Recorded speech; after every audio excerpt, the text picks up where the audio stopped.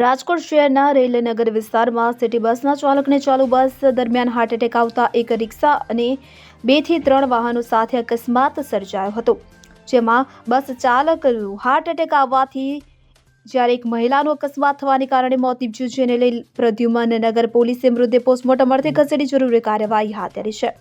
જ્યારે આ અકસ્માતમાં ઇજાગ્રસ્ત 2 થી 3 લોકોને સિવિલ તેમજ ખાનગી હોસ્પિટલમાં સારવાર હેઠળ ખસેડવામાં આવ્યા. સમગ્ર જાણકારી અનુસાર શહેરના રેલનગર મેઇન રોડ પર હમીરસિંહજી ચોકથી આસ્થા ચોક વચ્ચે સિટી બસ નંબર 40 રેલનગરથી બસ ડેપો તરફ જઈ રહી હતી. આ દરમિયાન બસના ચાલક પુરુષોત્તમભાઈ બારૈયા નામના વૃદ્ધને હાર્ટ એટેક આવતા બસ બેકાબુ બની હતી. એક રિક્ષા તેમજ 2 થી 3 વાહન સાથે અથડાઈ હતી. દરમિયાન 3 થી 4 લોકો ઇજાગ્રસ્ત થયા હતા, જે પૈકી એક મહિલા સંગીતાબેન ગંગારામ માકડિયાનું મોત નીપજ્યું હતું, જ્યારે મંડોળ મુકેશ અને મનીષાબેન વર્માને ઈજા પહોંચતા સિવિલ હોસ્પિટલ તેમજ ખાનગી સારવાર હેઠળ ખસેડવામાં આવ્યા હતા.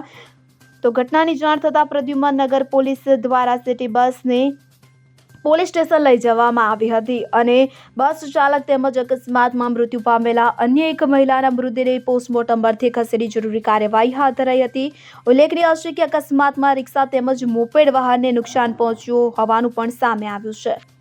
Bureau report CN24 news. હવે જુઓ દેશ દુનિયાની તમામ ખબરો તમારી આંગળીના ટેરવે.